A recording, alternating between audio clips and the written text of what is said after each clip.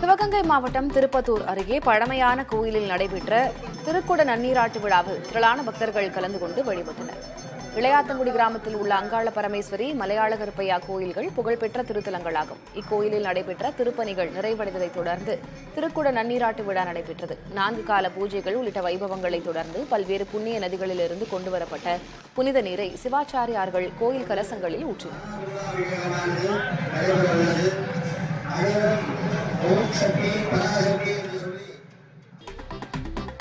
ஞாயிற்றுக்கிழமை விடுமுறை தினத்தை முன்னிட்டு திருவண்ணாமலை அண்ணாமலையார் கோயிலில் ஏராளமான பக்தர்கள் 3 மணி நேரத்திற்கு மேலாக நீண்ட வரிசையில் காத்திருந்து தெய்வ வழிபாடு செய்தனர். இதேபோல மதுரை கள்ளழகர் கோயில் 18ஆம் படி கருப்பணசாமி சன்னதியிலும் ஏராளமான பக்தர்கள் நீண்ட வரிசையில் காத்திருந்து தெய்வ வழிபாடு செய்தனர்.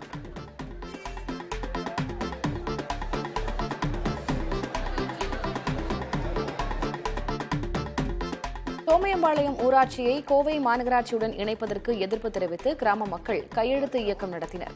மாநகராட்சியுடன் இணைத்தால் ஊராட்சிக்கு கிடைக்கப்பெறும் மத்திய மாநில அரசுகளின் அனைத்து மானியங்களும் ரத்து செய்யப்படும், 100 நாள் வேலை திட்டம் ரத்தாகும் சூழல் உருவாகும் என கூறி கையெழுத்து இயக்கம் நடத்தப்பட்டது. இதேபோல மலுமிச்சம்பட்டி ஊராட்சியை மாநகராட்சியுடன் இணைப்பதற்கும் ஊராட்சி மக்கள் எதிர்ப்பு தெரிவித்துள்ளனர்.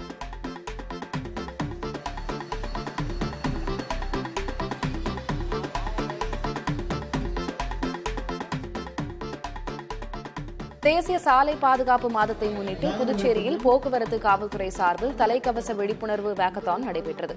போக்குவரத்து காவல்துறை முதுநிலை கண்காணிப்பாளர் பிரவீன்குமார் வாக்கத்தானை தொடக்கி வைத்தார்.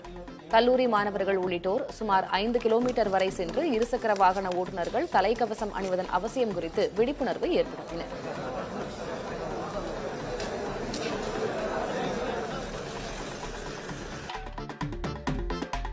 நீலகிரி மாவட்டத்தில் பகல் நேரங்களில் சாரல் மழையுடன் கடும் பனிமூட்டம் நிலவுகிறது. உதகை, குன்னூர், கோத்தகிரி மற்றும் அதன் சுற்றுவட்டார பகுதிகளில் எதிரே வரும் வாகனங்கள் தெரியாத அளவுக்கு மூடுபனி காணப்படுகிறது. இதனால் முகப்பு விளக்குகளை எரியவிட்டவாறு மிதமான வேகத்தில் வாகனங்கள் இயக்கப்படுகிறது.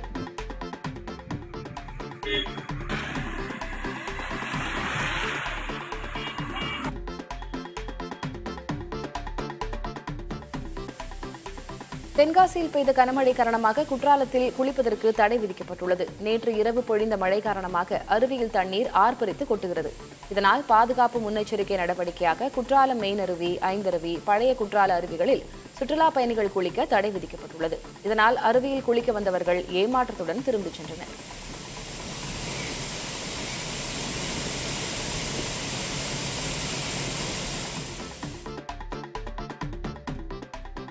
சங்க காலம் தொடங்கி தமிழர் மரபில் இன்றளவும் பாரம்பரிய முறையில் கொண்டாடப்படும் சிறுவீட்டு பொங்கல் நெல்லை மாவட்டத்தில் கோலாகலமாக கொண்டாடப்பட்டது. வீடுகளுக்கு முன்பு வண்ண கோலமிட்டு பூசணிப்பூ, கரும்பு, மஞ்சள் உள்ளிட்டவைகளால் தோரணம் கட்டி அலங்காரம் செய்தனர். பின்பு சிறு சிறு வீடுகள் அமைத்து சிறுமியர் பானையில் பொங்கல் வைத்து இறைவனை வழிபட்டனர்.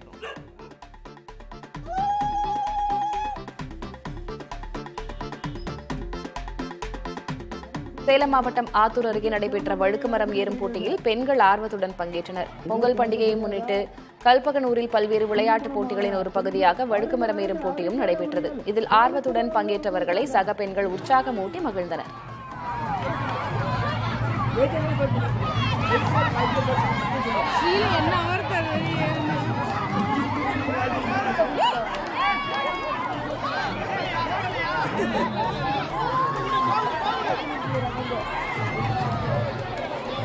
ஹலோ, கொக்கோ விளையாடும் பெண்களுக்கு இடையூறு இல்லாமல் தயவு செய்து நவுந்து நில்லுங்க.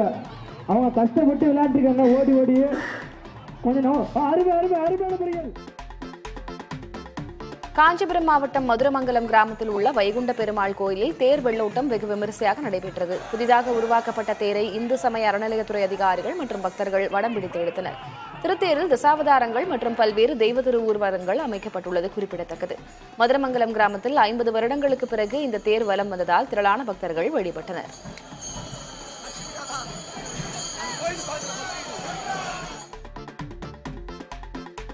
திருச்சி ஸ்ரீரங்கத்தில் வைகுண்ட ஏகாதசி விழாவின் 10ஆம் நாளில் தீர்த்தவாரி வைபவம் விமரிசையாக நடைபெற்றது. முத்துப்பாண்டியன் கொண்டை, நீல் நாயக்க பதக்கம், வைர ஆபரணம், தங்க பூநூல் உள்ளிட்ட ஆபரணங்களோடு நம்பெருமாள் சொர்க்கவாசலை கடந்து சந்திர புஷ்கரணி வந்தடைந்தார். தீர்த்தவாரிக்கு பின் திருமாமணி மண்டபத்தில் எழுந்தருளிய பெருமாளை பக்தர்கள் தரிசித்தனர்.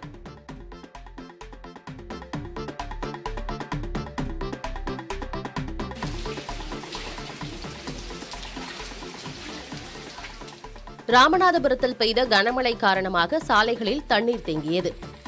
ராமேஸ்வரம், பாம்பன், மண்டபம் உள்ளிட்ட பகுதிகளில் பரவலாக கனமழை பொழிந்தது. இதனால் ராமநாத சுவாமி கோயிலுக்கு வந்திருந்த பக்தர்கள் சிரமத்திற்கு ஆளாகினர். சாலைகளில் தண்ணீர் தேங்கியிருப்பதால் சாலையோர வியாபாரிகளின் வர்த்தகம் பாதிக்கப்பட்டது.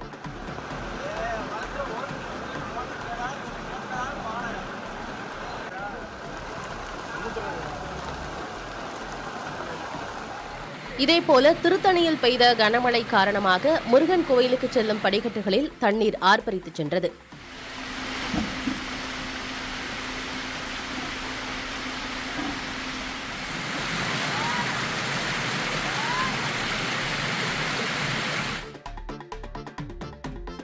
தஞ்சாவூர் மாவட்டம் பட்டுக்கோட்டையில் பயிரிடப்பட்ட நெற்பயிர் புகையான் பூச்சி தாக்குதலால் கடுமையாக சேதமாகியுள்ளது.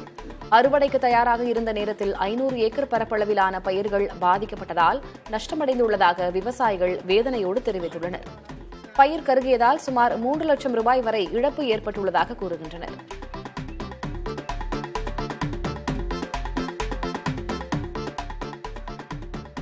திருச்சி மாவட்டம் பள்ளப்பட்டியில் ஜல்லிக்கட்டு போட்டிகள் விறுவிறுப்பாக நடைபெற்று வருகிறது. 700 காளைகள், 300 காளையர்கள் போட்டியில் கலந்து கொண்டுள்ளனர். 50 வீரர்கள் வீதம் 6 சுற்றுகளாக போட்டி நடைபெற்று வருகிறது. போட்டியில் சீறி பாய்ந்து செல்லும் காளைகளை வீரர்கள் ஆக்ரோஷமாக அடக்கி வெற்றி வாகை சூடினர். காளைகளும் களத்தில் நின்று விளையாடி வீரர்களை களமாடுகிறது. வெற்றி பெற்றவர்களுக்கு சைக்கிள், கிரைண்டர், குக்கர், ரொக்கப்பரிசு வழங்கப்பட்டு வருகிறது. லேசான சாரல் மழை பெய்ததால் குளுமையான வானிலை நிலவும் சூழலில் ஜல்லிக்கட்டு களம் சூடுபிடித்துள்ளது.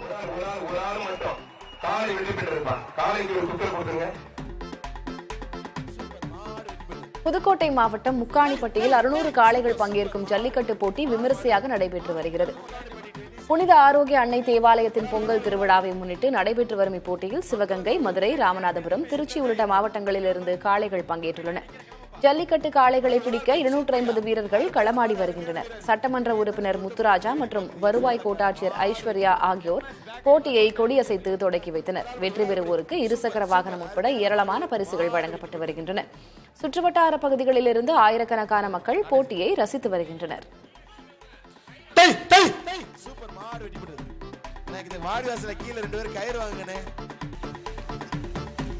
மயிலாடுதுறை சுற்றுவட்டார பகுதிகளில் பெய்த கனமழை காரணமாக 30,000 ஏக்கர் பரப்பளவிலான சம்பா பயிர்கள் நீரில் மூழ்கி சேதமடைந்துள்ளன. பருவமழையில் தப்பிய பயிர் புகையான் தாக்குதலால் பாதிக்கப்பட்டது. இதனால் கூடுதல் செலவு செய்து மருந்துகள் அடித்து பயிர்களை காப்பாற்றினர். நேற்று இரவு முதல் பெய்த கனமழை காரணமாக அறுவடைக்கு தயாரான பயிர்கள் அடியோடு நீரில் மூழ்கி உள்ளன. வடிகால்கள் முறையாக தூர்வாரப்படாததால் தண்ணீர் வடிவதில் காலதாமதம் ஏற்படுவதாக விவசாயிகள் தெரிவித்துள்ளனர். அதிகாரிகள் ஆய்வு செய்து முழு காப்பீடு தொகை வழங்க வேண்டும் என அவர்கள் வலியுறுத்தி உள்ளனர். இதேபோல கடலூர் மாவட்டம் விருதாச்சலத்திலும் அறுவடைக்கு தயாராக இருந்த 15,000 ஏக்கர் பரப்பளவிலான பயிர் நீரில் மூழ்கியதால் விவசாயிகள் செய்வதறியாது தவித்து வருகின்றனர்.